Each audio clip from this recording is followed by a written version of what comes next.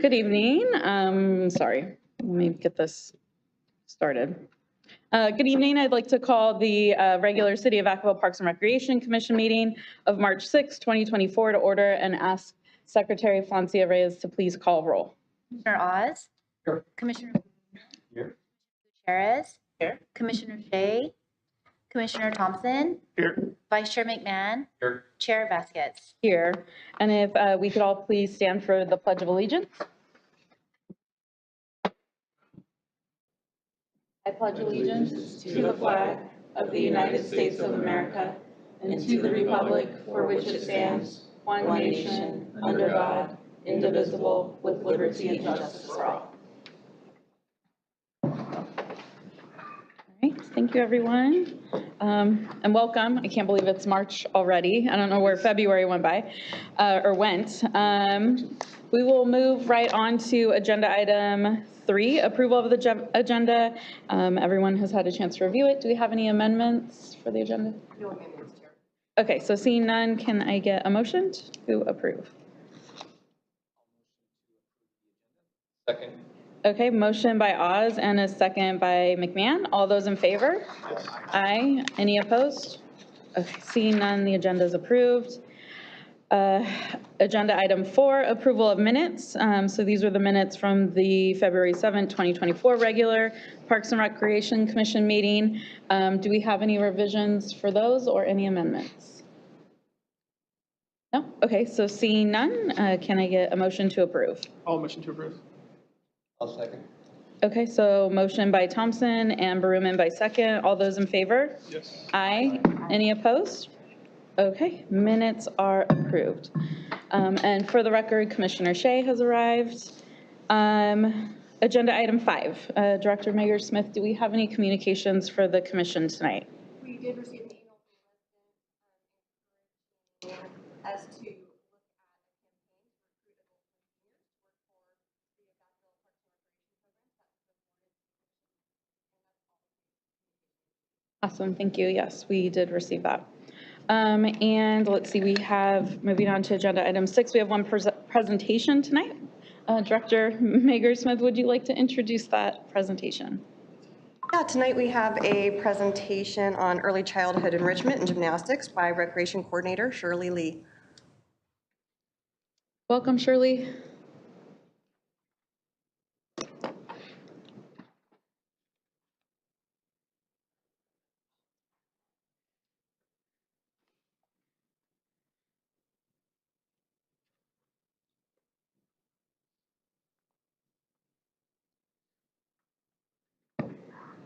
Good evening, Chair, Vice Chair, and Commission. Thank you for having me this evening. As a prelude, I'd like to give a little background on the City of Vacaville preschool. This program has been educating Vacaville's young children for over 50 years. Our programs aim to provide a well-rounded preschool experience using what we call play-based learning. Play-based learning combines the wonder, exploration, and agency of play with structure and support from instructors. This creates an engaging and rich learning environment and encourages children to continue a love of learning into their school years. Following this philosophy, our teachers and staff are highly professional and sensitive to individual differences and developmental stages of participants.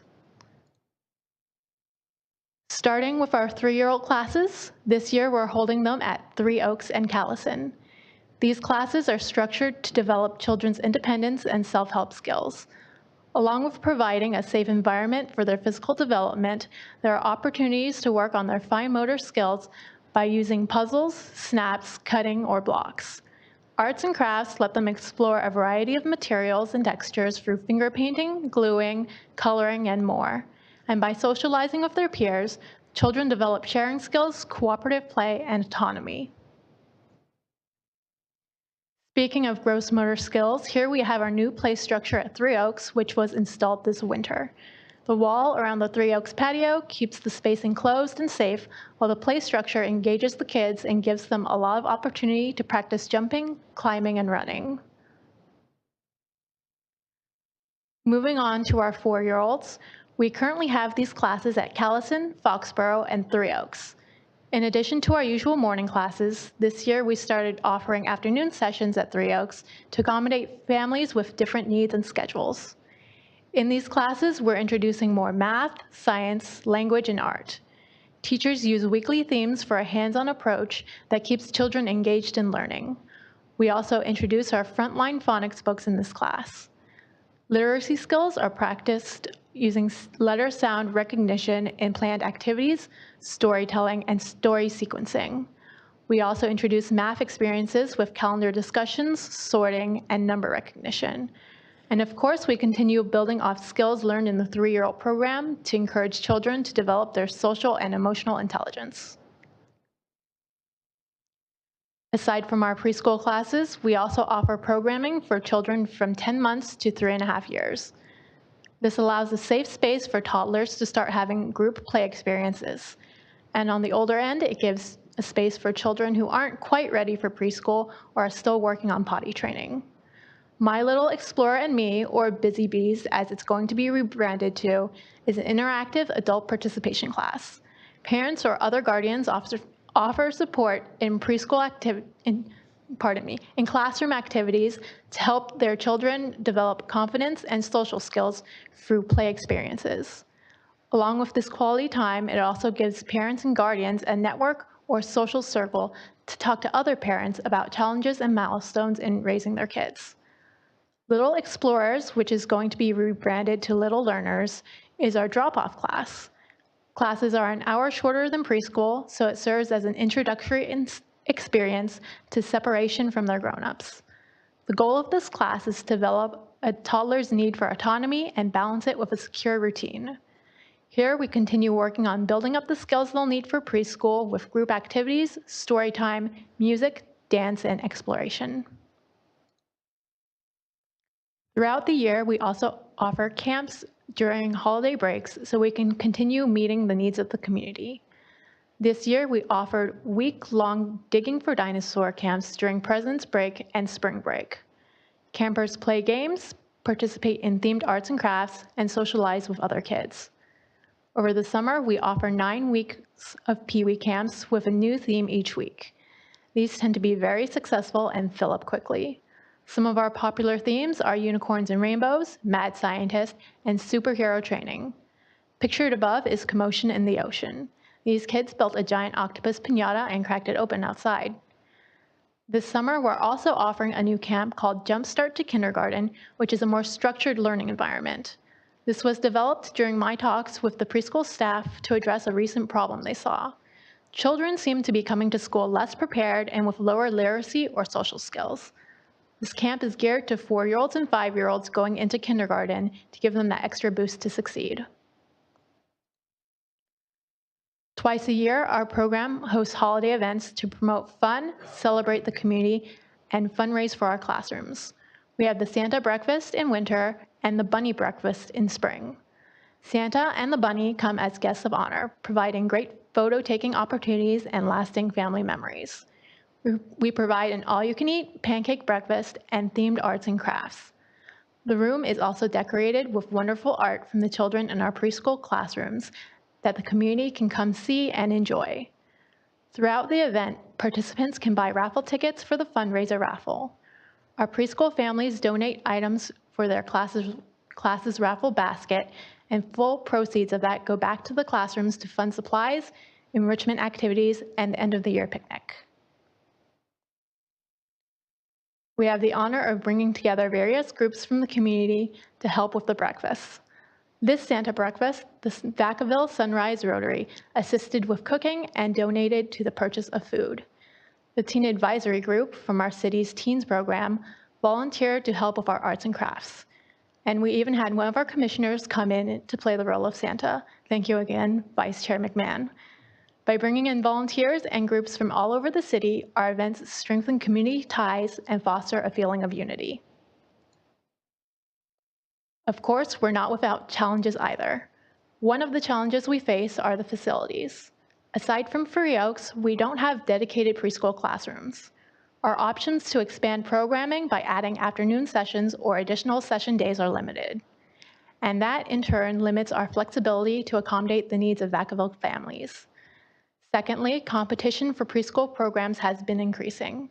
There are multiple private and faith-based preschools in Vacaville. The age restriction for transitional kindergarten has also been extending over the past couple of years to allow more 4-year-olds. And by fall 2025, free TK will be offered to all 4-year-olds in California. While this is a great step toward equity, the school district's TK program is 5 days a week, which is not a one-size-fits-all structure for every child and their unique developmental needs. We want to continue providing Vacaville's families with an affordable 3-day option. We have the challenge of staffing. The issues presented during COVID chipped away at the childcare sector, and employment levels are still lagging behind what they were before the pandemic.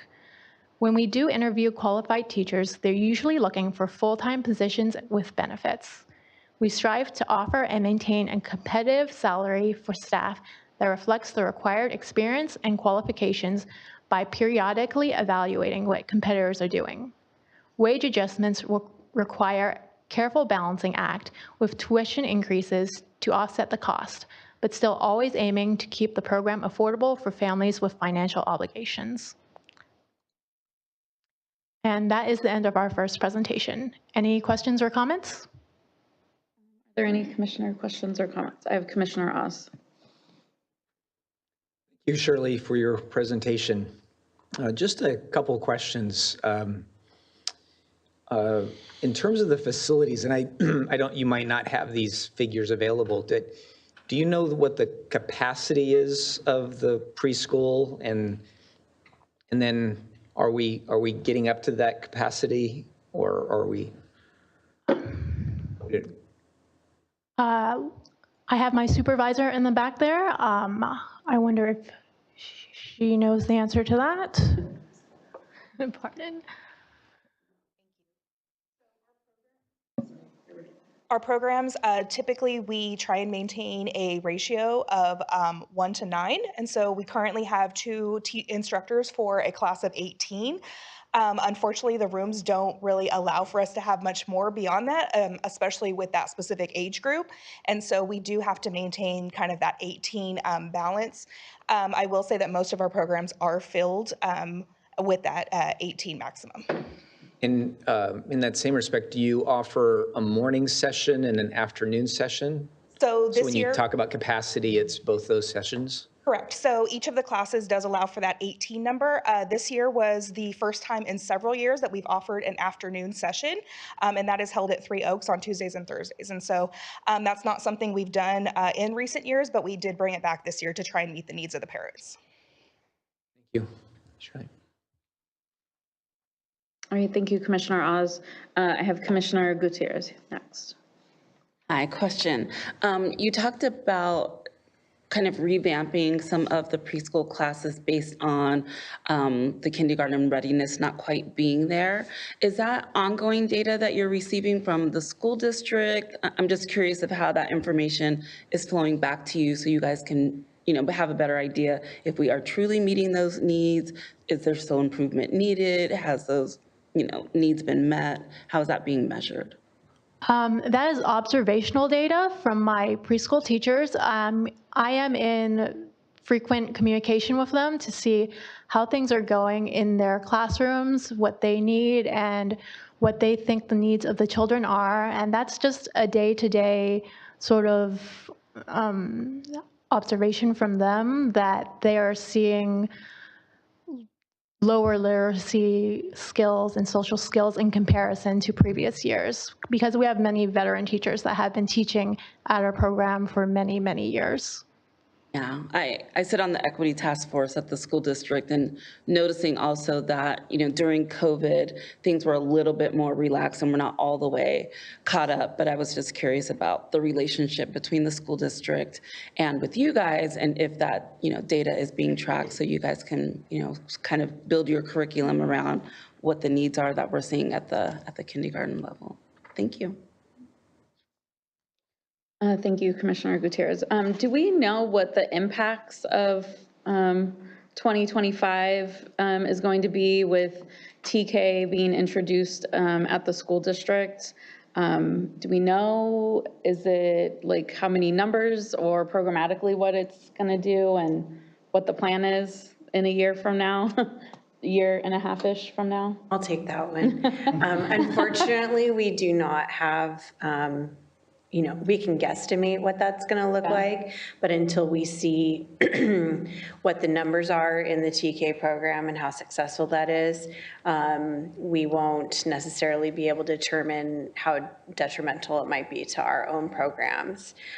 We've had the pilot programs at a couple different schools for TK already, and so we have experienced a little bit of a decrease in preschool registration, and not all of our sites are full where they used to be, but that also could still be some of the impacts of coming out of COVID, like Shirley mentioned. So pinpointing it, I can't give you a definite answer on that one. I mean, my guess is moving into this kind of new offering through the state of California of TK is that the school district will probably start to ask. I feel like usually they ask us in spring at some point if we have another child getting ready to register for kindergarten.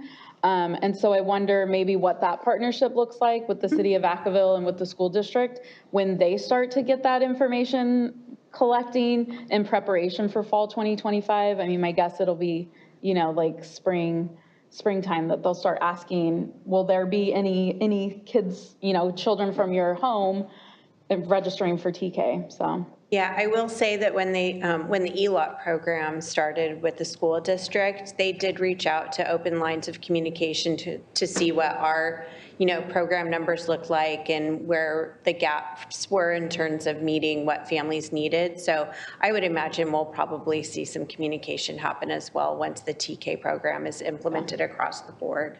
Okay, good. Can you just, for the record, what EWOP is? Extended Learning Opportunity Program. Okay, yeah.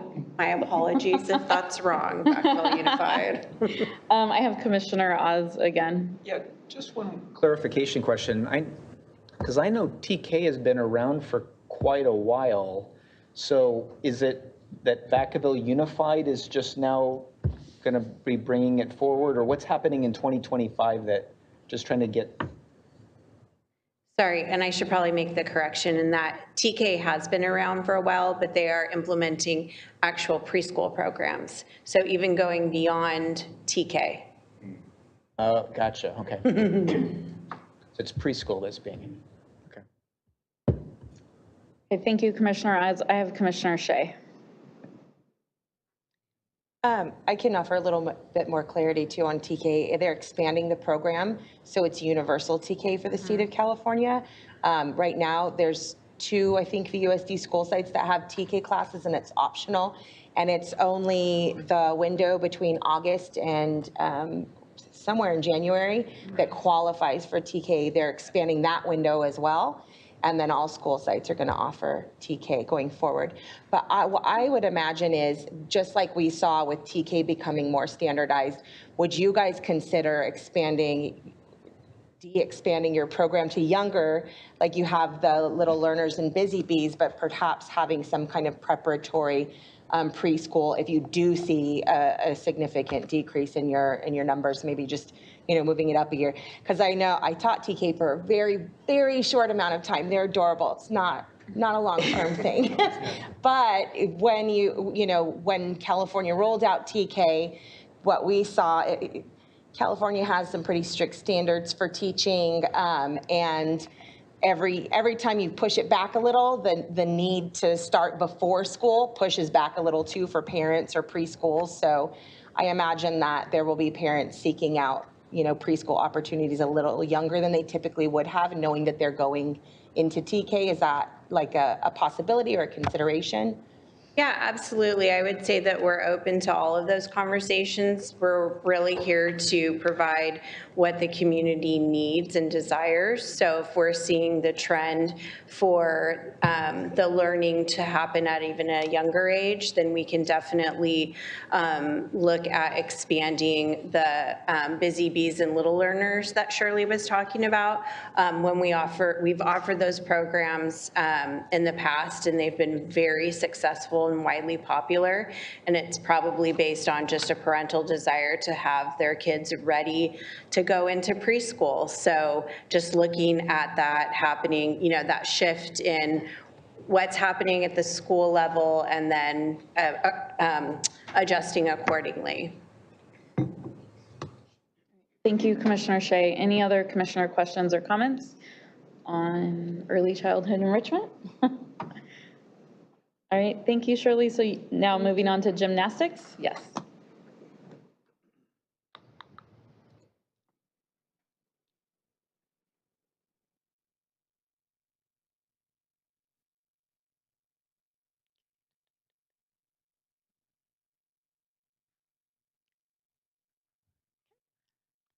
The City of Vacaville gymnastics program began as a small storefront on Main Street before eventually moving into the Vacaville Ice Sports Center, where we've made our home for the past 20-plus years.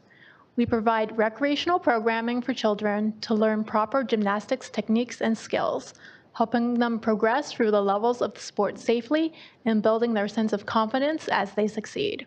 Our coaches are USAG safety certified, first aid, and CPR certified. Our program's top priority is safety, as well as creating an atmosphere where our participants can feel good about themselves and their accomplishments. The first level of classes we offer to children is the preschool series. This includes climbing caterpillars, bouncing bears, leaping leopards, jumping jaguars, and the tumbling tigers classes. The series spans an age group of 2 years old to 8 years old and teaches the building blocks of gymnastics. They'll also learn skills like how to behave in a group setting, discipline and patience, and independence. As children gain skills and confidence, they'll promote through the series. Our coaches are trained to observe when a participant has mastered the necessary skills before promotion, keeping all participants safe and learning at an appropriate level. Like the preschool series, the school age series is progressive. Participants start at the beginner's level and graduate through advanced beginners 2, intermediate, and intermediate advanced. Coaches will check that participants have mastered the needed skills before progressing them to the next level. Like with the preschool series, we look for the mastery of foundational skills to reduce the risk of injury, and so children are still setting goals and meeting challenges at their appropriate level. Our program is based on the USAG Junior Olympic program and follows USAG guidelines. Our gymnastics program also offers a variety of classes for ages 3 through 17 with a heavy focus on recreation. With these classes, our coaches encourage creative expression and exploration, since children learn mostly by doing and discovering. In a safe, structured environment, participants can practice social interaction, build physical strength and endurance, and learn unique skills, all while having fun. Classes include Superhero 101, Ninja 101, Tumbling Tutus, Gymnastics and Hip Hop, Beginning Tumbling, and Cheerleading. Our open gyms are a drop-in option available to meet the varying schedules of busy families. We have options for all ages to play or exercise in a fun and safe gymnastics environment. This provides a space for an entire family to spend quality time on the gymnastics floor together, for toddlers to practice their motor skills and get their energy out, and for homeschooled children to exercise and meet their physical education requirements. Our facility is also popular for hosting birthday celebrations, playgroup activities, and sports parties. In fact, we're usually fully booked 2 to 3 months in advance. The Gymnastics Center offers a spring floor, tumble track, bars, balance beams, an in-ground foam pit, custom playlists, and obstacle courses to appeal to all ages. All of our parties are 2 hours long and include table and chair setup to accommodate 20 children, plus 2 staff members to help and assist with any needs. To accommodate families with childcare needs and to offer enrichment opportunities to our gymnastics families, we have several camps planned throughout the year. These include camps over winter break, spring break, and 9 weeks of summer camps. Our camps are a one-of-a-kind experience filled with active fun in a large air-conditioned facility.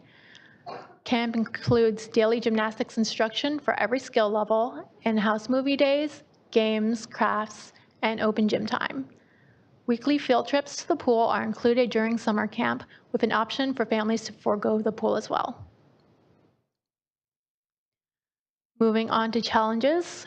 As mentioned earlier, our program is housed at the Vacaville Ice Sports Center. We share this space with other programs, which often have activities happening at the same time as ours. The noise and unexpected maintenance issues can sometimes interfere with programming and lead to canceled classes. Next, competition. During the pandemic, our program was forced to close while other private gyms in Vacaville remained open.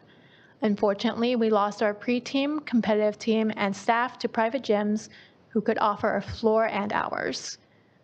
Minimum wage increases in other sectors might also affect our ability to hire and retain staff if we can't offer a competitive salary. Our current staff members are entry-level with limited availability due to high school or college schedules. We tend to see a high turnover rate in these positions. When they move on to other careers, we're left to train new staff from scratch. This makes it difficult to find the USAG certified coaches needed to revive our competitive team. Nevertheless, we aim to engage and retain our senior participants to self-generate our own coaches. Any questions or comments?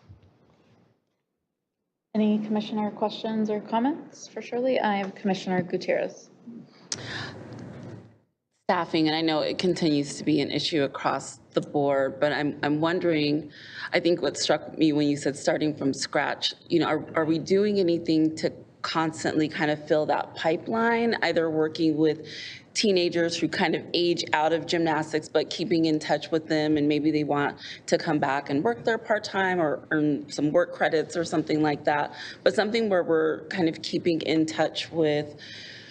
Right now, I guess, the good candidate pool might be, the high schoolers or people who are in college and can work different hours. But I'm just wondering, are we keeping in touch with them to see if they would be interested in coming back to work? Definitely. So the school age series is 7 to 17. We do get participants in their sort of mid to older teens, and that's what I meant by like self-generating our coaches. We try to keep in contact with them and maybe offer them I'm trying to gather my thoughts. Offer them the chance to join us. I have not thought about the work credits idea, but that's very interesting, and I will shoot that to my floor manager as well. Yep. Great, thank you, Commissioner Gutierrez. Commissioner Shea. Can you tell me a little bit more about the USAG certification? That is just for your competitive teams, that's a requirement? And how do they get certified? Is that like a national certifying agency? Do they do online classes to do that? Is it like in person? Do they need to have competed? Do you know like the requirements for that? So it is online certification. It is only necessary for the competitive level to have competitive coaches, but it's also very useful to have our regular coaches who do the recreational classes to have that knowledge and experience as well. Thank you. Thank you, Commissioner Shea. I don't see any other commissioner questions or comments. Thank you so much, Shirley, for the two presentations tonight. Thank you for your time. Thank you for all the hard work your two teams are doing in both the programs. Of course. Thank you. Thank you. Okay, so we'll move right along to agenda item 7, which is business from the floor. This is the time to address the commission with issues that are not on the agenda, but that are within the commission's subject matter jurisdiction. There is a maximum of 3 minutes per speaker. Is there anyone who would like to address the commission tonight? You can step forward to the podium. Okay, seeing none, we will close business from the floor and move on to agenda item 8, which is business, and we have none for tonight. So we will move right along to 9, committee reports, and we'll move on to 9A, which is Play for All update from Commissioner Shea. Thank you. So on February 8th, a day after our last commission meeting, it was the 1-year anniversary of the opening of Play for All Park. So that's very exciting. There's a lot of stuff happening over there. The Labyrinth is, as of the last meeting, was waiting to be built or developed, but they were just waiting on the weather, like many other things, since it's been so rainy. They have submitted plans for the Wall of Fame, which is going to be, honoring donors and people that have contributed to the park, and we'll also have a kind of sponsorship element where people can like buy tiles or bricks to fundraise and then represent whatever they want on the bricks. And that they're hoping to be able to move forward with that in within 30 days as part of phase 2. They're shopping shade sales for the ballpark stands right now because, we're in Northern California and heat is always in consideration.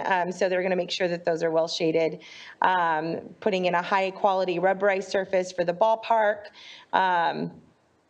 There are more organizations that are moving forward with painting their pavilions. For those of you that don't know, the pavilions are sponsored by like various community organizations or some from the city of Vacaville. Kaiser has one, Wasserman Travel has a pavilion. And then once that organization sponsors the pavilion, they get to like decorate it however they want. Some of the plans are to look like the actual Kaiser is going to look like the hospital, which is really cute. It's like a little mini community within the park. The Play for All board has been working closely with the state because they got the state Parks and Recreation grant to develop the park, but it's a reimbursement grant. So fundraising, I think I say this all the time, fundraising will continue to be a necessity, not only because they have to front the cost of the things that they're developing at the park, but also to help maintain the park because that is part of the park agreement with Parks and Rec. And the city is to help with maintenance costs. Other than that, like they're just getting as much done in between little rainstorms as they can to develop everything. Yeah, that's about it. Oh, and then something that I heard was that Adaptive Rec will begin offering programming at the park. I hope I didn't jump the gun by saying that. That's already common knowledge. We're good. That's very exciting. I was really excited to hear that. It's perfectly positioned and that's fun. I just wanted to put that out there because I think that's a fantastic idea. We're always looking for more spaces to do things, right? All right, thank you, Commissioner Shea. Are there any commissioner questions or comments? I do have one, because you mentioned it, the grant is, I guess, is the organization like constantly going to be in the cycle of like chasing money to maintain the park? There is, yes, there is a financial support component. They have contracted or committed to the city that they will help with maintenance costs. So yes, we're in the very early planning stages for a yearly fundraiser that will happen in October. I don't want to say too much. I don't think anything's been really set in concrete, like the theme and things like that, but it's definitely going to happen in fall and will be held at the park. And then in the hopes that that will be a yearly fundraiser that will raise like the bulk of those funds to help support the city's cost in maintaining the park. Thank you. Any other commissioner questions or comments? All right, thank you, Commissioner Shea. We will move right along to Commissioner Oz with an update on Vacaville Performing Arts Theater Show Selection Committee. Thank you, Chair. I don't have too much to report other than we're working on selecting shows for the fall season, and we actually have a confirmed performer for the fall and have made couple offers to some others, and it's somewhat early in that work to actually be identifying shows and making offers for the fall. So we're actually quite pleased. So we'll keep you updated. All right. Any questions or comments for Commissioner Oz on VPAT? All right. Seeing none, I will keep your mic open for 9C with an update on facility naming committee. Sorry. Thank you, Chair. So on February 21st, the Facility Naming Committee met for about 3.5 hours. And we really rolled up our sleeves and dug into the over 100 different names that were provided to us for consideration from the public, as well as an existing name bank that went back to like 1975 that had about 50 names or so. But we were successful in identifying 3 names for the 7 sites, and we put them in preferential order.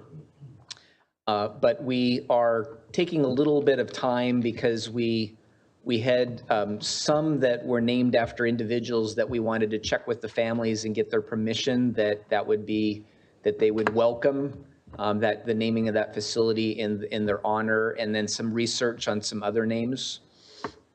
So we're doing that work. Our plan is to, I as the chair am not going to be here for the April meeting, so we're going to actually we'll bring this back as an item at the May meeting.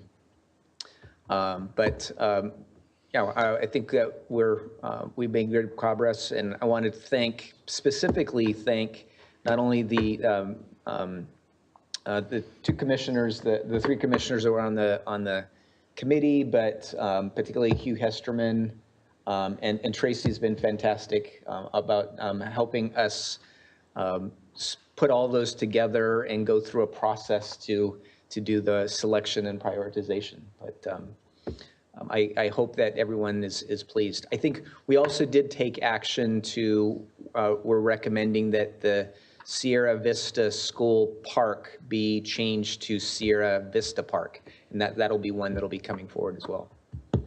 Did I leave anything out to my fellow committee members? I don't think so, man. Yeah. I don't think so, other than Baruman would probably blame me and maybe you for the length of the meeting. We're both a little long-winded. I agree with that. I agree, but she came prepared, but I think we all came prepared. we all came pretty prepared, but I mean, it's good to question things and get ideas from each other and see how we evaluate, how you look at things, and yeah, but Mary was she got everything in order. We are putting together, this is more of a question for staff, we are putting together a strategy to notify the public in advance of that May meeting that we will be considering those names, and because I'd really like to. Apart from the regular Brown Act, 72 hours for posting, but maybe for the people that submitted the names that were chosen as the top 3, I can give them advance notice. Good. Okay. And the families too, if they said yes. Definitely. Great. All right, any commissioner questions or comments for Commissioner Oz? I have Commissioner Gutierrez. Just a quick question. I know you were saying about even, unlock the vault from 1975 of names. Is there like a research committee to make sure that the names weren't associated with any scandals or anything like that before we make any final decisions and find something else? We have done that work, and I know Tracy's doing some of that follow-up work right now, but yeah, certainly that was, and then we also went through a process to make sure that they comply with the policy as well. Nice, thank you. And I would probably add that, well, at least I guess from my knowledge, is that it seemed like the bulk of the research is being done on the names that we're actually presenting and bringing forward, the top 3. And maybe not so much on the remainder. I don't know. Tracy probably did the cursory review of the submissions. Well, the names that are on the facility name bank, unless they're probably chosen in the top 3, I don't know how much homework Hugh has done to keep it on there, but they'll remain there. But I don't think we selected, I mean, we discussed some of the names on the name bank, but I don't think we selected any of them. From the old list. We took consideration into the public, where the communities where the parks were at, to hear their values and stuff, and I think that's where we got most of our picks. I would add in that same respect that we took those the 100 names, and we actually went through a process of going through the ones that weren't selected to move on to the commission. We went through those and said, and identified if they would be still names that should be put onto the name bank. And there were a couple that we decided not to put onto the name bank. So we now have added to the name bank as well. So we're not going to lose those names. Great. All right. Thank you. Thank you, Commissioner Oz, for the update. So we will, let's see, move right along to agenda item 10, reports of Park Manager Wallace Avia with an update, with his update, sorry.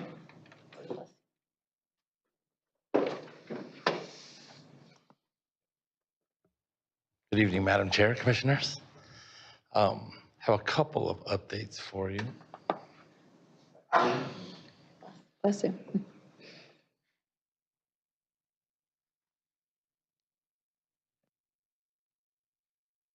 First, just some of the improvements that were made out at Centennial Ball Fields this past year. During the moratorium, so we have if you're not aware, we have a moratorium on the baseball fields for maintenance that runs from basically the beginning of December to the end of January to try to get all of the work done to prepare the ball fields for use by the leagues. So during that moratorium, I didn't report last meeting, we added a quick coupler valve to field 1 behind the pitching mound so that it will allow for the ball field prep people to go ahead and water everything down, cuts down on the dust, makes it a little bit easier for them to do their maintenance. And then we also replaced some batter's box foundations on fields 1 and 3 that were supplied by Vacaville American Little League, and my staff went and did the installation on them. So that seemed to be pretty successful. They look good.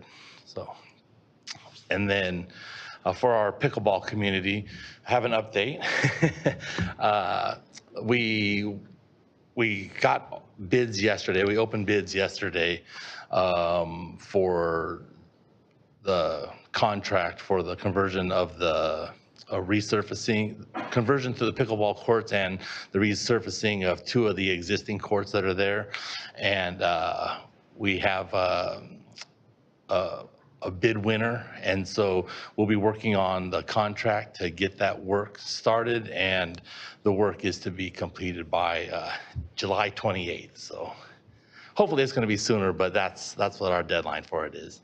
And with that, I have nothing else. Any questions? All right, any commissioner questions or comments for Wallace? Thank you so much, Wallace, for the update tonight. And it looks like we may have some very happy members of the public in the crowd. It gives them a timeline, something to look forward to. Okay, so moving on to agenda item 11, reports of Park Planner Nemo Gonzalez, who will give us park projects updates.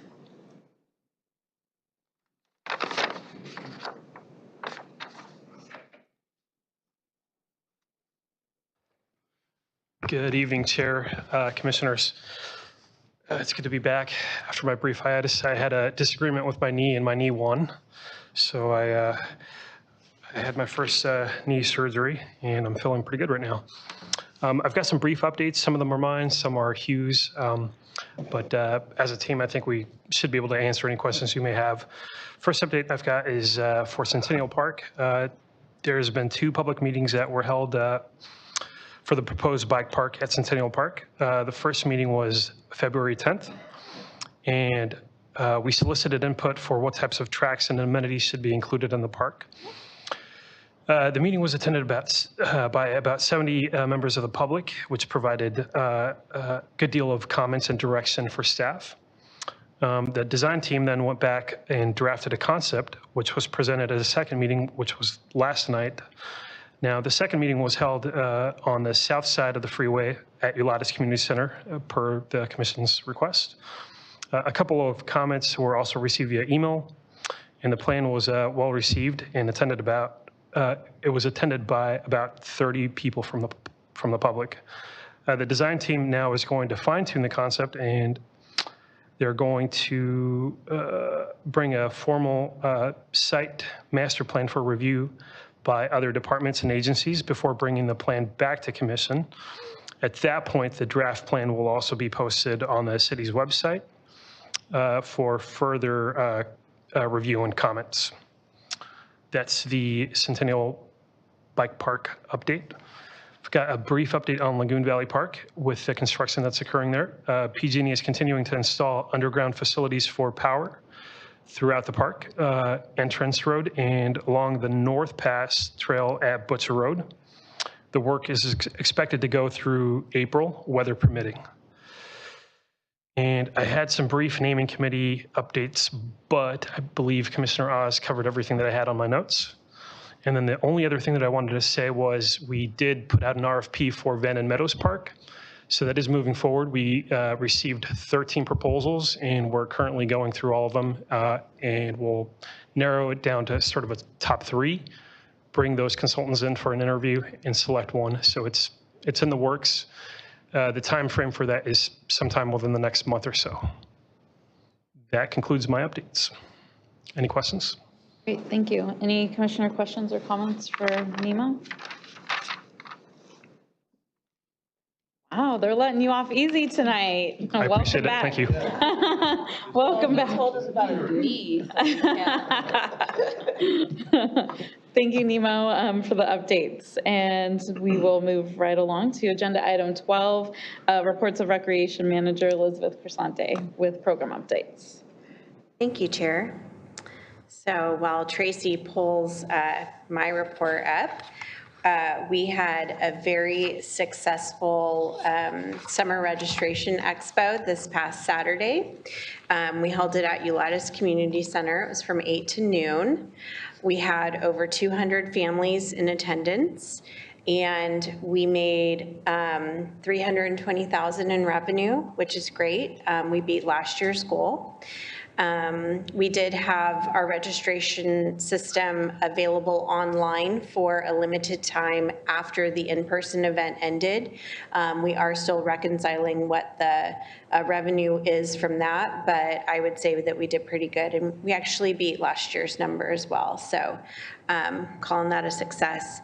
And then, of course, we also measure success by how full our camps are. So Camp Splash, 11 of 17 sessions are already full, and Camp Adobe, 15 of 19 sessions are already full. And when I was looking online, there were many more that were just teetering with like 1 or 2 spots left. So we're going to be busy this summer. So next slide. Upcoming at the end of this month, we have Spring Fest happening all day long on March 30th with events. So we're starting with our bunny breakfast that Shirley talked about for our preschool aged kids, although it's more of a fundraiser for the preschool age. We take not just preschool ages. So that's going to be at McBride from 8:30 to 10. And then families can hop on over to Andrews Park for Bunnies and Bonnets from 10 to 1. And that's always a huge success with a variety of elements. I believe we have ongoing egg hunts, a petting zoo, arts and crafts, vendors. So there's a little something for everyone. And then as that event is ending, you can jaunt over to Walter Graham for the underwater egg hunt, which starts at 1 o'clock. And that is really a great event too. We have arts and crafts and games and additional things there. So hopefully the weather will cooperate and we will have a lovely sunny day for all of our families. Next slide, Tracy. Thank you. Oh, there's a little bit of something going on here, but wanted to give you a recap of just some things going on at Vacaville Performing Arts Theater for 2023. So this will be the calendar year. Just some stats for you. We had 41,000 attendees and performers come through the building, so it was hopping. We logged just over 1,600 volunteer hours. So, jobs that the theater can't run without the volunteers. We had 128 days of usage, which is actually actually a 40% increase from 2022. So really, really awesome measurement for us. We were given the $150,000 in ARPA funds to provide theater grants. So we exhausted all of that. And then just as a note, we were given additional funding by City Council in November. So we have another $100,000 to use this year as well. And we're already well into that. We did some equipment and Wi-Fi upgrades at the theater. So the picture that I was hoping to show you guys is just to show the new projector that we got and how crystal clear it is. So we can't, because of copyright, we can't show this on the video, but I can send it to you guys. So it's amazing. The new projector has really just kind of upped our games in terms of making it available for rental clients, and pretty much everyone is choosing to use it. So it's outstanding. The picture is crystal clear. It's beautiful. And then finally, the last bullet point, they've been working on doing some enhanced marketing via custom listing pages and then exclusive group discounts, which we haven't previously done in the past. So kind of going outside the box a little bit, but it's really working. So we're going to go with that. Thank you, Tracy. Next slide. And that concludes my presentation. I can take questions or comments if you have any. Commissioner questions or comments for Elizabeth? I have Commissioner Oz. Just one comment. I happened to attend the last city council meeting, and the mid-year budget was presented, and it was very interesting that parks and recreation revenue was up 37%, and they attributed that to aquatics, adult sports, youth sports, and the VPAT and gymnastics. And so it just amazes me that that just sort of shows that there is an increased demand for recreation programs in the city. And it's just a real compliment that you're able to, with that demand, with limited facilities and limited staffing, being able to pull it off. So great job. Thank you. All right, any other commissioner questions or comments for Elizabeth? Oh, Commissioner Shea. I was just wondering if you guys needed Commissioner McMahon to dress up as the Easter Bunny for Bunnies and Bonnets. He does such a good job. We are in the market for someone. The position's open. We'll consider. TBD. Is there a trick on how you get the eggs to drop to the bottom of the pool? Wouldn't they all float? So the eggs float. Oh, they float. Yeah, the trick is actually to make sure they stay in the middle of the pool and not float to the gutters before the kids get in. Come watch, it's fun. Yeah. Awesome. Well, thank you so much, Elizabeth, for the updates. Let's see, where are we at? We are at 13A, reports of Director Meagher Smith with department updates. Actually, staff did such a fabulous job with their updates that I don't have any additional ones for you tonight. All right, thank you so much. Any commissioner questions or comments for Director Meagher Smith? All right, thank you all. So moving right along to agenda item 14, which are appointments. 14A is appointing one commissioner to serve as a cosplay judge for VacaCon on April 20th, 2024, which is the Saturday? Saturday. And did we have a rough time frame? So the event that day is from 10 a.m. to 4 p.m. Judge does not have to be there that long. Details for the cosplay contest are still being firmed up, but we traditionally have held it in the afternoon. So probably like a 1 to 1:30 be on site time, 2 o'clock to maybe 4 o'clock max judging time. Volunteer. I would like to do it if nobody else is volunteering. That sounds fun. I know my boys are dragging me to VacaCon this year. They were very upset that we didn't go last year, and it's grown so much. I'm very curious myself. Not that I know a lot about some of those genres, but I would be interested in judging. Great. Seeing no other volunteers, can I get a motion to appoint Commissioner Shea to judge at VacaCon? I will motion to appoint Commissioner Shea as the VacaCon cosplay judge. And do I have a second? Second. Okay, so a motion by Gutierrez, second by Baruman. All those in favor? Yes. Aye. Any opposed? Okay, seeing none, have fun. It sounds like, You're back right. for some reason. Oh, Commissioner Gutierrez just said she'd be a backup Yes. if something were to happen or fall through. Okay, so we'll move right along to 14B, appointing one commissioner to serve on YSAT, which is the Youth Sports Advisory Team. So we need one member because Commissioner Thompson is hanging up his Commissioner Parks and Rec hat tonight. Officially, it's his last meeting. And so he'll be stepping obviously down also from YSAT and serving as the liaison for the youth sports leagues between Parks and Rec Commission and YSAT.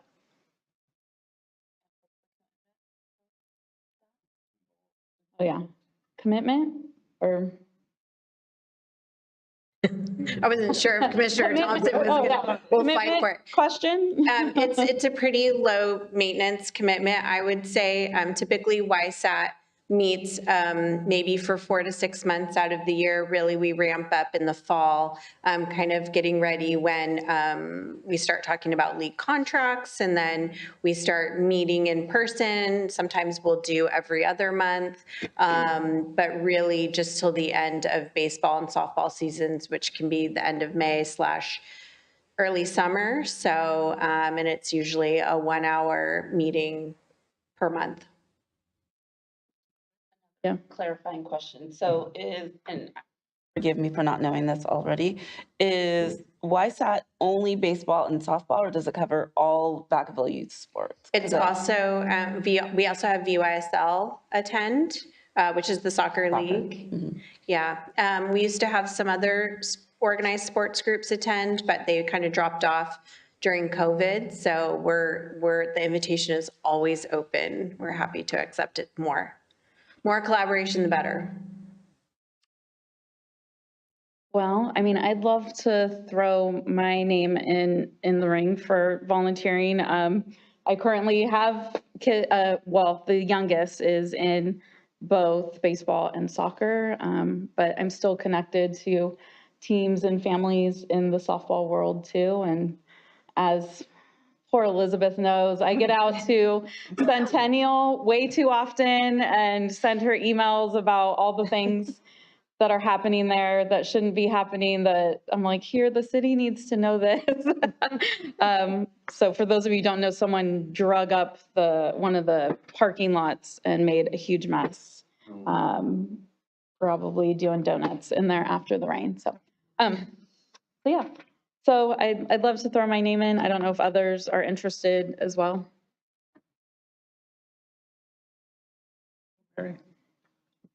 All right, seeing none, can I get a motion? I'll motion to nominate, to appoint Mary Vasquez. Okay, so I got a motion by Shea and a second by Thompson. All those in favor? Yes. Yes, any opposed? Okay, so seeing none, I guess I will fill your shoes at YSAT. All right, thank you. Thank you for your service too, to YSAT and the youth sports leagues. I know they really appreciate having you there as a liaison, so. Okay, so we'll move right along to 15, which are reports of the commission, and we will start off with Commissioner Oz.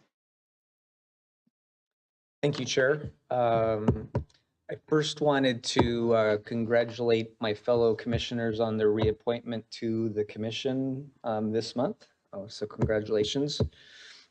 I also wanted to congratulate Mark Frazier, who has been appointed to the commission for District 4. And so he, I guess he will start probably here in April. So congratulations to him.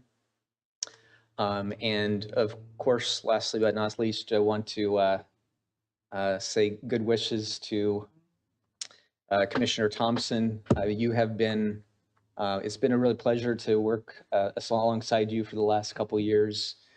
You've really, truly been an asset to this commission, and all six of us know the impact that you have made. And so really appreciate it. It's been great working with you and wish you the best of luck. The last thing I wanted to say is I also attended both of the two planning meetings for the Centennial Park Master Plan bike park. And I was quite thrown by how complicated the design of that park is going to be. It's not going to be like a typical neighborhood park. So there is a lot involved. So I would really encourage my fellow commissioners to really get into it, and because there's going to be a lot of issues for us to consider and evaluate.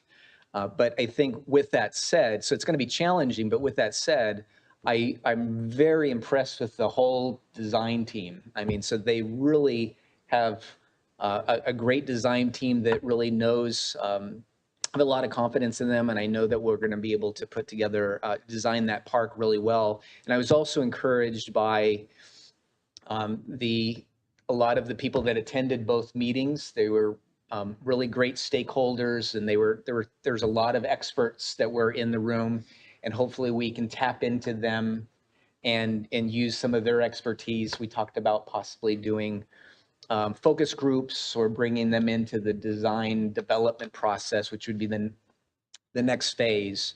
But so that really gave me a lot of encouragement. But it's not going to be easy. There's a lot of issues. So, but looking forward to it. It's an exciting project. That's all I have. Thank you. All right, thank you, Commissioner Oz. I have Commissioner Berman next.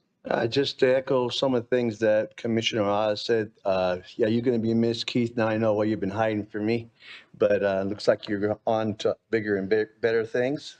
I wish you the best. Also, yeah, I've been sitting on a couple of those the bike meetings that we've been having. I said, I wish I was a kid again. I could jump off some of those ramps that are coming. I'm trying to learn the lingo so that when they're talking about it, I know what they're talking about. So, but I mean, the kids are really involved, and I like the youngsters that come in and actually get involved in the conversation and what they like and everything. I think that's what it's all about.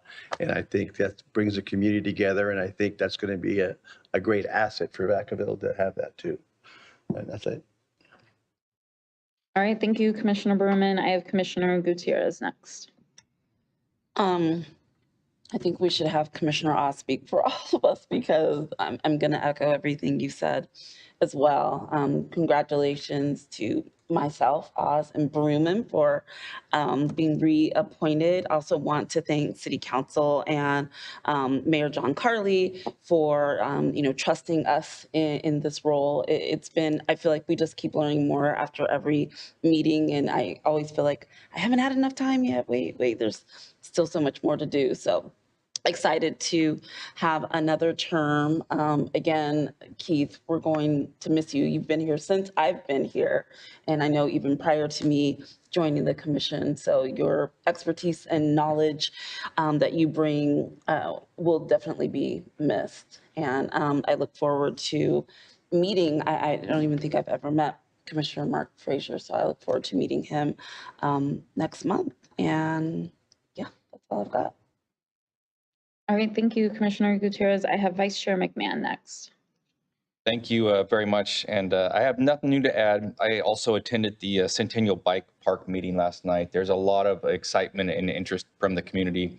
And as it was stated, there were some young members there that were ready to start building this park today with their shovels, and they're ready to help. So it's going to be a great park. It's going to be a regional draw to Vacaville. So a lot of good things will come from that. So we're excited about that. And I would also like to thank Commissioner Thompson. You've done a great job over the years, and I appreciate everything you've done. And you've really, I appreciate your detailed reports on YSAT every month. Thank you very much, and best of luck. Thank you. Oh, sorry, opening wrong mics. I have Commissioner Shea next. I'm also just echoing the sentiments of everybody else. I appreciate my time on the commission with you, Commissioner Thompson. It was a pleasure to serve alongside you and enjoy your free Wednesday once a month. Congratulations. And congratulations to all the newly appointed commissioners. And thanks for sticking around with us. All right, thank you, Commissioner Shea. Commissioner Thompson for his Thank you, final Sharon. report. So the first thing I wanted to do is I want to invite everyone out. This Sunday is the Jonathan Jelinski Memorial Bench Dedication Ceremony out at Centennial Park. That is this Sunday, March 10th at 1 p.m. Jonathan Jelinski and his family have been very active in this community, particularly in youth sports. So that dedication ceremony, again, is 1 p.m. this Sunday at Centennial Park. So that is first on my list. Second on my list, it's been an honor to serve the community in this capacity. It's been my pleasure to serve with staff and my fellow commissioners and congratulate them on their reappointment.